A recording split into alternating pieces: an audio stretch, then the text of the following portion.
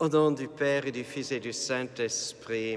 Amen. Béni soit notre Seigneur Jésus-Christ, béni soit la Vierge Marie, la maman de Jésus et aussi notre maman. Chers frères et sœurs, dans l'évangile d'aujourd'hui, Jésus dit « Ma maison sera une maison de prière ». De quelle maison est-ce que Jésus parle? Il parle du temple à Jérusalem. C'était le lieu de rencontre du peuple d'Israël avec Dieu. Et Dieu leur avait promis qu'il était présent dans ce temple. C'était le lieu de rencontre par excellence pour tout juif, pour tout croyant de ce temps-là. Et Dieu avait choisi demeure en ce lieu.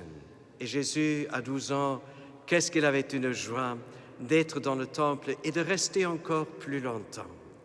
Alors, dans nos villages, dans nos petites villes, il y a les églises.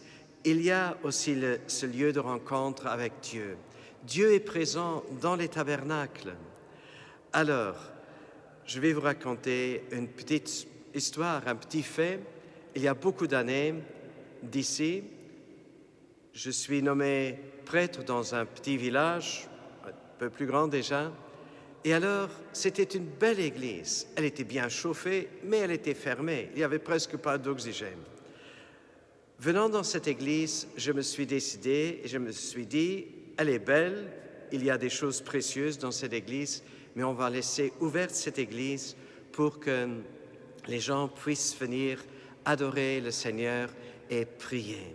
Ma maison sera une maison de prière. Et après quelque temps, il y avait non seulement de l'oxygène dans cette église pour mieux respirer, mais il y avait aussi cette atmosphère de prière. Et on sentait comment les gens se sentaient à l'aise.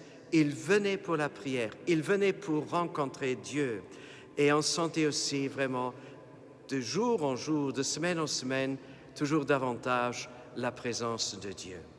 Chers frères et sœurs, lorsque vous passez devant une église et que vous avez quelques minutes de temps, rentrez-y. Prenez le temps de vous agenouiller, de rester debout, de vous asseoir.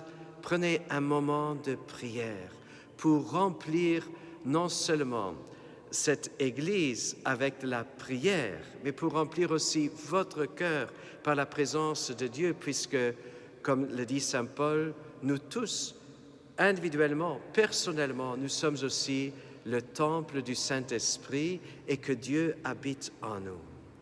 Que Dieu nous accorde vraiment de grandir en sa présence et que nous tous, nous soyons des temples vivants de l'Esprit Saint, des maisons de prière, des maisons de rencontre avec Dieu, au nom du Père et du Fils et du Saint-Esprit.